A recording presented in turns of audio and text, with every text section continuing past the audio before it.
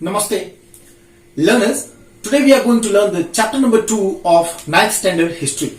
That is, the socialism in Europe and the Russian Revolution. If you remember the first chapter of the history of the 9th standard, that was the French Revolution. क्या हुआ French revolution के दौरान में कि उनकी जो legacy थी liberty, equality और फ्रेटर्निटी की, वो पूरी दुनिया में प्रोपगेटेड हुई और उसका असर ऐसा हुआ कि पूरी दुनिया की सोसाइटी चेंज होने लगी। इसका असर रसिया में भी पहुंचा। रसिया में भी एक्सप्लॉयटेटिव मोनार्की के अगेंस्ट में लोगों ने अपनी राइट के लिए फाइट करना शुरू कर दिया। तो इसका जो पहला मॉड्यूल है वो है the age of social change. इस मॉड्यूल में हम लोग पढ़ेंगे कि this Russian society was divided into 3 kinds of people. एक वहां पे लिबरल्स थे, दूसरे रेडिकल्स थे और तीसरे कंजर्वेटिव्स थे। ये बहुत इंपॉर्टेंट मॉड्यूल भी है और क्वेश्चंस के तौर पे भी ये बार बार पूछे जाते हैं। आइए हम लोग सबसे पहले जानें कि लिबरल्स कौन थे। 3 पॉइंट में मैं आपको यहां पे बताता हूं लिबरल्स के विषय में। लिबरल्स वर रिलीजियसली टॉलरेंट। वे सभी धर्मों को समान रूप से मान्यता देने को तैयार थे। But they were oppose to absolute monarchy. Absolute monarchy यानी एक ऐसा राजतंत्र जहां पर कि राजा के पास अनलिमिटेड पावर हो, तो they were oppose to that. और तीसरा सबसे इंपॉर्टेंट कि दे वर नॉट डेमोक्रेट्स। वे वोटिंग राइट विमन को नहीं देना चाहते थे। They wanted to give the voting right only to the propertied persons and men specially, not to women. तो ये 3 पॉइंट आप लिबरल्स के लिए याद रखेंगे। दूसरा जो सोसाइटी का हिस्सा था वो रेडिकल्स थे। आइए हम लोग रेडिकल्स को जानते हैं। रेडिकल्स के विषय में आप ये 4 पॉइंट लिखेंगे। नंबर 1 कि they wanted a government that should be elected by the majority of the country. Number 2 कि they organised many suffragette movements. That means they wanted to give right to vote to man and women without any differences. Third one कि they didn't want to give privileges to the landlords. वे landlords को privilege देना नहीं चाहते थे। और चौथा कि they supported the existence of private property. ये 4 पॉइंट्स हैं जो रेडिकल्स के लिए इंपॉर्टेंट है, that you need to remember because it can be asked even in the examinations. और जो तीसरा क्लास था रशियन सोसाइटी का वो था कंजर्वेटिव्स का। इनके 3 पॉइंट्स मैं आपको बता रहा हूं। पहला पॉइंट कि they did not accept changes. दूसरा लिखेंगे कि if required they accepted slow change. और तीसरा आप लिखेंगे कि वे चाहते थे the past had to be respected, यानी कि कल्चर जो पास्ट है उनका एंशिएंट ट्रेडिशन उसका रिस्पेक्ट होना चाहिए। तो इस प्रकार के 3 क्लास में पूरी रशियन सोसाइटी बटी हुई थी, लिबरल्स, रेडिकल्स एंड कंजर्वेटिव्स की। तो जो नेक्स्ट मॉड्यूल है वो हम लोग पढ़ेंगे industrial society and social change. Industrialisation की शुरुआत यूरोप में सबसे पहले इंग्लैंड से हुई, लेकिन सबसे लेट में रसिया में हुआ।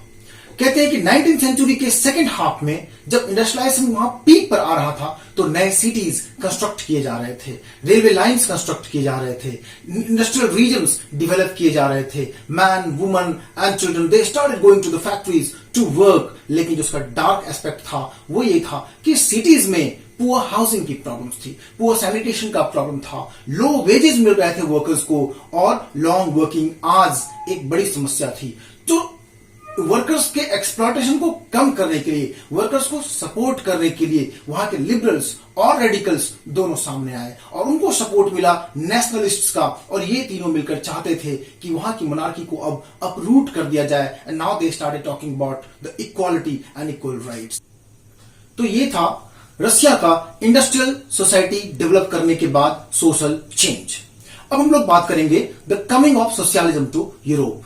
एक टर्म है सोशलिज्म जिसका मतलब होता है कि the property should be collectively controlled not individually, यानी कि जो देश की प्रॉपर्टी है उसके ऊपर समाज का प्रभाव होना चाहिए, कब्जा होना चाहिए, किसी इंडिविजुअल का नहीं होना चाहिए। That was socialism.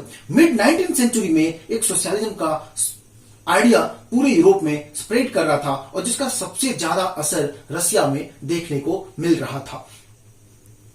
ऐसे में पूरी दुनिया में सोशलिज्म के थियरी को प्रोपगेट करने के लिए जिन नाम को बहुत ज्यादा महत्व दिया जाता है उनमें जो 4 पर्सनैलिटीज हैं वो हैं Robert Owen, Louis Blanc, Karl Marx और फ्रेडरिक एंजल्स। हम इन सबको एक एक करके पढ़ेंगे। सबसे पहले रॉबर्ट ओवन की बात करते हैं। रॉबर्ट ओवन एक लीडिंग इंग्लिश मैन्युफैक्चरर थे। वे कोऑपरेटिव सोसाइटीज की बात करते थे और उन्होंने अमेरिका के इंडियाना में न्यू हार्मनी नाम की एक कोऑपरेटिव सोसाइटी बिल्ड भी कर ली थी। दूसरा नाम है लुइस ब्लैंक का। लुइस ब्लैंक भी कोऑपरेटिव सोसाइटीज की बात करते थे और वो चाहते थे कि प्रॉपर्टी जो कोऑपरेटिव सोसाइटीज की है उनको और उनके इनकम को मेंबर्स के बीच में इस तरह से बांटा जाए कि according to the work done by the members. That means they wanted that the income of the cooperative societies should be divided among the workers according to the work done by them. So ये Robert oven और Louis blank के सिद्धांत थे। तीसरा और सबसे important, जिनको कि रशियन रेवोल्यूशन के पीछे का गाइडिंग फोर्स भी कहते हैं, वो थे Karl Marx. Karl Marx was oppose to capitalists, यानी वो पूंजीपतियों के खिलाफ थे। वो कहते थे कि the capital was created by workers and it was used by industrialists और कैपिटलिस्ट्स, यानी कि जो पूंजी है उसका निर्माण तो वर्कर्स करता है लेकिन उसका इस्तेमाल जो है, उसको यूज जो करता है वो कैपिटलिस्ट करता है। इसके वो सख्त विरोधी थे। और तीसरा, he wanted to construct a radically socialist society. इसका मतलब ये हुआ कि समाजवाद को लाने के लिए आवश्यकता पड़े तो हथियार भी उठाना पड़े तो उठाओ। ये कार्ल मार्क्स के सिद्धांत थे। और चौथा, जो कि फ्रेडरिक एंजल्स के नाम से जाने जाते हैं, वो कार्ल मार्क्स के सहयोगी थे। उन्होंने कार्ल मार्क्स को सपोर्ट किया था और उनके सिद्धांत वही थे जो कार्ल मार्क्स के सिद्धांत थे। तो ये वे चार लोग थे जिन्होंने की सोशलिज्म के थ्योरी को पूरे यूरोप में प्रोपगेट किया और इनमें खास तौर पे कार्ल मार्क्स के सिद्धांत के कारण रशियन रेवोल्यूशन संभव हो पाया। अब जो मॉड्यूल हम लोग पढ़ेंगे वो है सपोर्ट फॉर सोशलिज्म। सोशलिस्ट ने एक इंटरनेशनल बॉडी स्टैब्लिश की जिसको कहते थे सेकेंड इंटरनेशनल।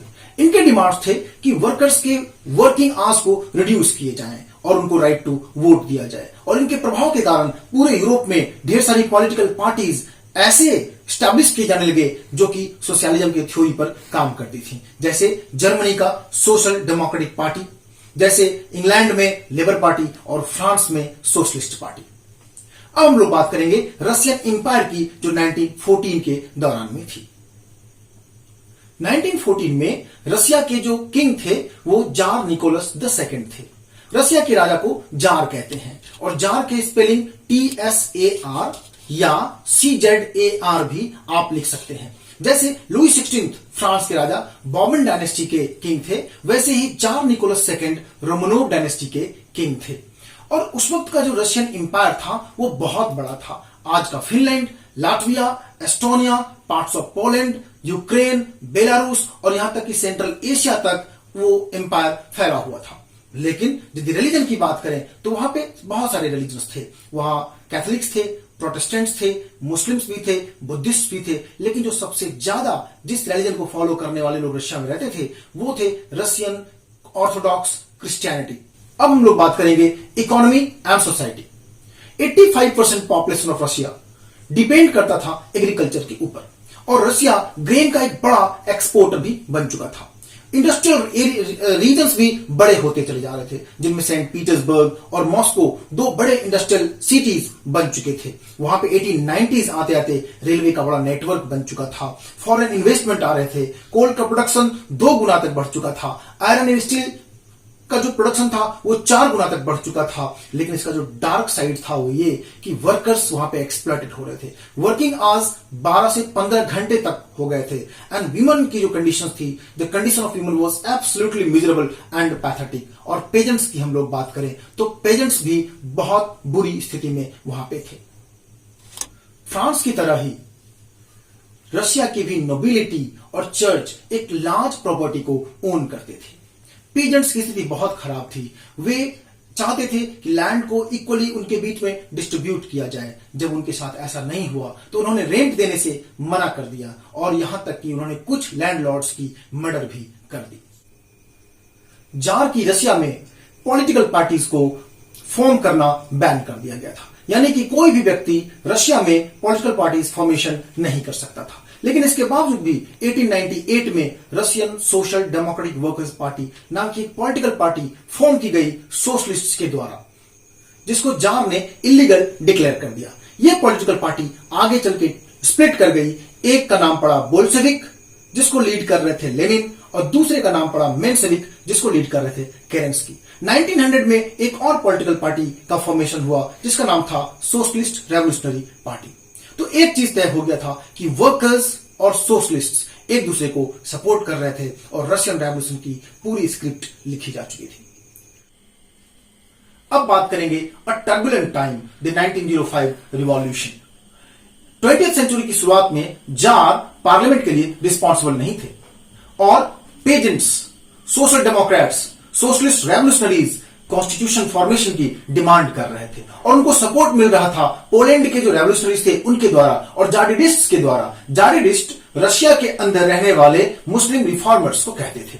अब दूसरा मॉड्यूल है a bad time for the Russian revolutionaries. इस बीच में जो वर्कर्स थे रशिया के, उनके लिए बहुत बुरा समय आ चुका था क्योंकि इसेंशियल गुड्स की प्राइसेस बहुत बढ़ चुकी थी, रियल वेजेस डिक्लाइन कर चुका था और जो वर्कर्स के एसोसिएशंस थे उनके नंबर्स में ड्रामेटिकली बहुत बड़ा चेंज आ रहा था। बड़ी संख्या में लोग वर्कर एसोसिएशन के साथ या यूनियन के साथ जुड़ते चले जा रहे थे। इस बीच में पुतिलोव आयरन वर्क्स नाम की एक कंपनी में 4 लोगों को डिसमिस कर दिया गया। उनके पक्ष में हजारों लोगों ने हड़ताल पर जाने का फैसला लिया। बड़ी संख्या में लोग दूसरे फैक्ट्रियों से भी हड़ताल पर जाने लगे और इन लोगों की डिमांड्स जो थी वो ये थी कि वर्किंग आवर्स को रिड्यूस किया जाए, उनके वेजेस को बढ़ाया जाए और उनके वर्किंग कंडीशन को भी इंप्रूव किया जाए। और इसके बाद बहुत महत्वपूर्ण मॉड्यूल है, वो है the incident of bloody Sunday. 1905 में फादर गैपन के लीडरशिप में बड़ी संख्या में वर्कर्स जार के विंटर पैलेस की ओर जा रहे थे और उन्हें अपने डिमांड्स रखने थी, अपनी पिटीशन देनी थी जार के पास। लेकिन रास्ते में ही उनके ऊपर पुलिस ने और कोसैक्स ने अटैक कर दिया। कोसैक्स एक सेमी मिलिट्री कम्युनिटी था जो यूक्रेन में पाया जाता था। इसमें बड़ी संख्या में लोग मारे गए। ये घटना संडे के दिन हुई, इसीलिए इसको ब्लडी संडे कहते हैं। ब्लडी संडे की घटना के बाद एक सीरीज ऑफ इवेंट्स रशिया में होने लगे। स्ट्राइक्स बड़ी संख्या में लोग फैक्ट्रीज के अंदर में और दूसरे कल कारखानों में भी कर रहे थे, इंडस्ट्रीज में भी कर रहे थे। यूनिवर्सिटीज बंद होने लगे, स्टूडेंट्स ने बॉयकॉट करना शुरू कर दिया। डॉक्टर्स, इंजीनियर्स, लॉयर्स वो यूनियन ऑफ यूनियंस बना रहे थे और कॉन्स्टिट्यूएंट असेंबली की डिमांड कर रहे थे और अंत में जार को झुकना पड़ गया और उन्होंने एक इलेक्टेड रिप्रेजेंटेटिव बॉडी की मांग को स्वीकार किया जिसको कि ड्यूमा कहते हैं। जार ने ड्यूमा का फॉर्मेशन तो किया, ड्यूमा यानी रशिया का पार्लियामेंट था, लेकिन 75 डेज के अंदर में ही उन्होंने ड्यूमा को डिसमिस कर दिया। फिर अगले 3 महीने में उन्होंने सेकेंड ड्यूमा को इलेक्ट किया, लेकिन जार नहीं चाहते थे कि कोई उनसे क्वेश्चन करे, कोई उनको पार्लियामेंट के लिए रिस्पॉन्सिबल करे। इसलिए उन्होंने तीसरे ड्यूमा में सारे लिबरल्स और रेडिकल्स को निकाल दिया और पूरे कंजर्वेटिव्स, वे कंजर्वेटिव्स जो जार को सपोर्ट करते थे, जारिस्ट को सपोर्ट करते थे, जारिज्म को सपोर्ट करते थे, उनसे उन्होंने ड्यूमा को पूरी तरह से भर दिया। इस वीडियो में इतना ही पढ़ेंगे। नेक्स्ट वीडियो में हम इस चैप्टर को फिनिश करेंगे। तब तक के लिए stay home, stay safe. Thanks for watching.